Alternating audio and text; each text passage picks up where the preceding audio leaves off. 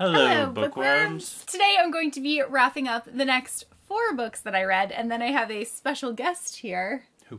His name's Andrew. Ooh, I'm excited. He is going to wrap up the 1 book that he read, so that will give you a total of 5 for this video. You may have seen the video where Andrew chose my TBR for me, and I read some of those books, not all of those books. Some of them I still plan on getting to, others we'll see. And Andrew read the 1 book that I've been asking him to read for, how long? A year? Day or two. It's been at least a year. So the first book that I read is Daughter of the Siren Queen by Tricia Levenseller. And this is actually the second book. It concludes the Daughter of the Pirate King duology. And I have to say that I actually liked this one even more than I liked the first book. I don't want to tell you the synopsis of this one because I don't want to ruin the first book. But what I will say is that everything that I loved about the first book was also present in this one, especially Alosa being such an amazing fiery pirate. She's just like so sassy, and it's so enjoyable to read from her perspective and to see her crew, which is a crew of females. All of the female pirates are often underestimated because a lot of the male pirates think that they know how to do things better, which is definitely not always the case. They're hunting for a specific thing in this book, and a lot of the positive attributes that the women have really come in handy, but again, I don't want to say too much and spoil anything, so just know that this is such a fun adventure story, and it really lived up to the first, and I'm really looking forward to seeing whatever Tricia Levenseller decides to write next. And I ended up giving this one 4.5 stars. What's next? Next is People Like Us by Dana Melee. Like you and me? No, not like us. Oh. Like other people. Maybe like you. You went to like a private prep school with uniforms. Dress code, yeah. Was there murder? No. No, not like you. Oh. Okay, so the next book that I read is People Like Us by Dana Melee.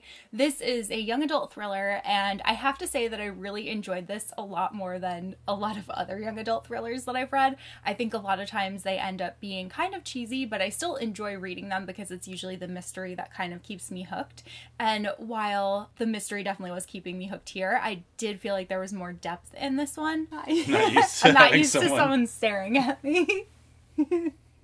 I think the setup of the story was really intriguing. I liked that it began with the murder of a student, and then this other... You like that? Well, it's a thriller. So it begins with a murder, and then this girl, Kay, she begins getting all of these clues from the girl that ended up dead to try to implicate other suspects and just take down some of the other girls who were horrible to this girl throughout her life. And it's really interesting. She has to like get a hacker to help her try to find a password each day so that she can get clues to find out like who the next person on the list is. And it was just like a really fun kind of scavenger hunt. Everyone has so many secrets, even amongst Kay's like very best friends, and she's just finding out new things about them, and it's crazy. And this is compared to Mean Girls, and I can absolutely see why that comparison was made. That's why you love it, I guess. I love Mean Girls. I actually thought that it was going to end differently than it did, so I was a little bit surprised by how the story played out. But overall, I felt like this book was like compulsively readable. Like I would be upset every time that my train would pull into the station and I would have to stop reading because I just wanted to know what was going to happen next in the story. I really loved the prep school atmosphere. I really loved the shady cast of characters, and I really just enjoyed learning all of the new details and secrets as the story kept progressing, and I ended up giving this one 4 out of 5 stars. Now Andrew is going to review the book that he read. Yay! Yay! Yay! Tell us what you read. I read Scott Pilgrim versus... I read A Darker Shade of Magic by V.E. Schwab. Yay! Finally! That was great. I held it up the whole time. So I Yes. It was... Oh, you can't do that. It was great. I really enjoyed it. It's a fun work. I mean, Kristen's probably... What? I'm just stare at watching me? you now while you wrap up. I can do this while staring at you. No, This is actually easier. that's creepy. A Darker Shade of Magic is a book written by V.E. Schwab. I'm sure Kristen's talked about the book a lot on this channel already, and a lot of people probably read it. I have. It's one of my favorite series. But it's a great fantasy read. I really enjoyed the setup. I really wanted Andrew to read it because I feel like Victoria's writing is the only writing that I found that really like kind of reminds me of Neil Gaiman, and I know Andrew loves Neil Gaiman. You know, looking back on it, I don't think it reminds me of Neil that much. I call him Neil. We're on a first name basis. Andrew did run into him on the street one time. I did. And he like stopped him and was like, it was when we were still dating. Yeah. And he was like, oh my God. He was like, tomorrow's my girlfriend's birthday. And he had Neil Gaiman like draw a sketch for me and sign it. It was so great. Yeah, I was staring down at my phone and I just heard a very distinct English voice and I looked up and he was talking to somebody else, and I think it's one of the only times I'll ever have the courage to bother somebody on the street like that. I appreciate it. And then everyone, when I tweeted about it, and everyone's like, pictures or it didn't happen. I was like, I'm not asking for an autograph and a photo. Like, Yeah. one thing. I will ask for one thing. And he asked it for me. Oh, yeah. It was cool. He drew a picture of a rat with balloons and said, happy birthday, Kristen. It was very cute. I think V.E. Schwab has a very distinct voice. I wouldn't say it felt too much like Neil Gaiman. I loved the world. I liked the setting. I think she did a good job establishing magic in this. There's a lot of stories where the magic system is not easily grasped by the reader, and it just feels like the story adds magic to further the plot, whereas this established a couple of types of magic and then didn't really stray from that, so we weren't hit with any curveballs as the story went along, which makes it easier to follow, I think. I like the characters. Delilah, she got on my nerves at points because she's a very headstrong character, knows what she's doing. Yeah. And when confronted with a world of magic, Or thinks she knows what she's doing. yeah, that's the problem. It took her a while to start questioning how much she actually knew and how confident she should be in a world she didn't understand. She got there though. One thing that you said that I actually like didn't really think about was you said that you liked that Kel and Lila weren't like immediate like best friends all of a sudden. Yes, no, they I mean the whole book, it takes place over the main part of the book takes place over 24 hours maybe? Yeah. At most. It's maybe a day. So it's maybe a little not- bit longer. yeah. It's kind of hard to tell because I know I read it the so long time ago. the time of day changes between some of the Londons. Mm-hmm. So, yeah, they were adversaries and then they just got caught up in it and had common goals, and they didn't really have any feelings towards each other till the end. And then even then it's not anything romantic. Which was refreshing. I like that, yeah. The only downsides to this book is it's the first of a trilogy. Even as a standalone, the first half of the book is setting up everything, and then the second half is like a runaway train of events, which was fun. But looking back, I would love more, which of course there's more is books. more. Yeah, there's more. Yay. Check in 2019 to hear my review of the second book. Yeah, I loved it. The only other thing that popped up, and I hate to even criticize, was there were times where it's such a visual book. Like, I loved imagining everything. You've got Grey London and Red London and White London and these interesting looking characters and description. She's great with description. There were several times where a description action would be left out and I would be confused, derail me from reading it, where I would fall out of the story for a minute and have to reread a page to understand what was going on. It was a very visual book, and I loved imagining everything. There was a few parts where I stumbled with the descriptions, but otherwise, I loved it. And yeah, I'm looking forward to reading more. Actually, the one real gripe I probably would have had was at the end of the book, so I can't talk about it. But I also see how the book is set up for sequels. So how many stars would you give it? I give it 8 million stars. That's a lot of stars. Not on my scale, actually. It's pretty average. Andrew has been fighting with me about giving this book a rating. I don't rate books. Why would I rate? Why would I rate it? Because why My not? scale is different than your scale. How can I can't That's rate it fine. on your scale? But you could tell us how you chose to rate it if you want. But you I don't- you picked don't- 8 million randomly. You don't. Fine. You don't. I have to imagine give the it a stars are rating still flying by at the bottom of the screen right now. I liked it a lot. Can I put the book down? if you want. Is your arm tired? Imagine giving a review and holding up like a 700-page Sarah J. Maas. I don't know It why hurts. you're not jacked. I don't know why either. You I'm should be so able to weak. win every arm wrestling contest you're in, I which should, happens but I quite can't. frequently. I'm gonna lose. Oh, wow. Oh, wow. Oh, I'm not doing No. anything. Don't spoil the illusion. Now back to me. The next book that I read is Peppa King by Joe Abercrombie. This book hooked me from the very first chapter. It's a high fantasy adult novel, or no, sorry, it is YA, and it reads so quickly. I had been a little bit worried because I've been wanting to read Joe Abercrombie books for a while, but I've always been intimidated because his adult series, the one that I want to start with anyway, the First Law series, is so long. And I was just like, oh, and it's high fantasy, it's gonna be like a little bit difficult to get into. But if it is anything like this, I will be more than okay, because this was just like, you just fall into it from the very beginning. It was so good. I think you might actually like this series too. Did you read the book that he co-wrote with Michael Fitch? What book is that? You didn't read the book written by Abercrombie and Fitch? Good joke. So I already, like, just having read the first book, feel like this has potential to be one of my favorite fantasy series of all time. I really love the main character. His name is Yarvi, and it follows him. What happens, like, in the first chapter is essentially his dad and his brother die, and he becomes king. And then lots of other obstacles happen because he is a young person and he also has a hand that doesn't really work, and they constantly call him crippled, and a lot of people underestimate him because of this physical ailment that he has. So he has a lot to overcome, but he is so funny. There were so many things in this book that I was not expecting to just be like laughing, because I thought it was going to be like a serious fantasy world, but it's hilarious. I'm already planning on reading the second book this month because I love this one so much and I need to find out what is going to happen next. On the like third or fourth page of the book, they call making tea hero's work,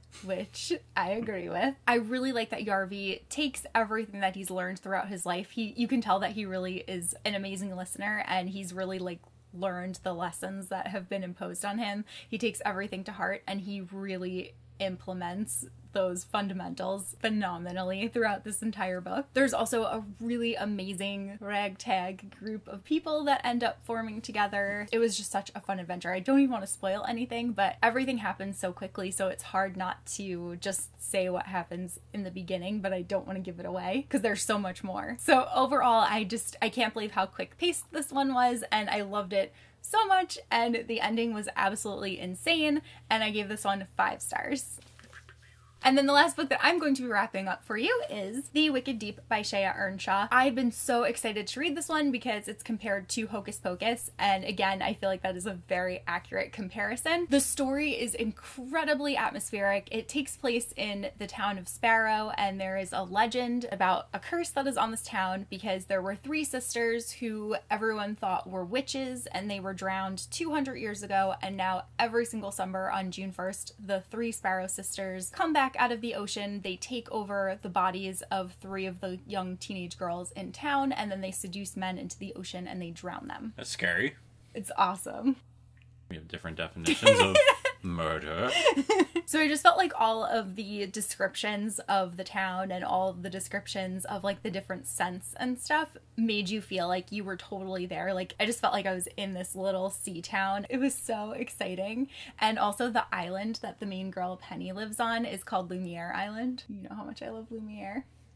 Who? I'm sorry, I'm thinking about the 3 of them being the Sanderson sisters. Yeah, from Hocus Pocus. They do have those kinds of vibes. Well, it makes it much funnier now. But it is like, I mean, the Sanderson sisters are more like silly, and these witches are not as silly, and all 3 of them are more seductive, not just Sarah Jessica Parker's character. They're silly up here. I really love the cake shop that Penny's best friend Rose works at. Her mom owns this shop called, I think it's called Alba's Forgetful Cake. People go and they buy these cakes from her because it helps them forget their worst memories. I was going to say, that's a horrible marketing strategy if you eat a cake and then forget about it. No, it makes you forget. Or great if you eat a cake, forget about it, and buy another one. That's true too. No, it makes you forget your worst memory, like something that you want to forget. Interesting. Pretty cool. I also just really loved how female-centric the book was. I thought that Penny was an interesting character. In the beginning of the book, she meets a boy named Beau who happens to come to the island, and she takes him to her island to offer him work because he's an outsider and people in her town have never accepted outsiders. And there's a lot of secrets that he's holding back. There are a lot of secrets that she's keeping from him, but watching them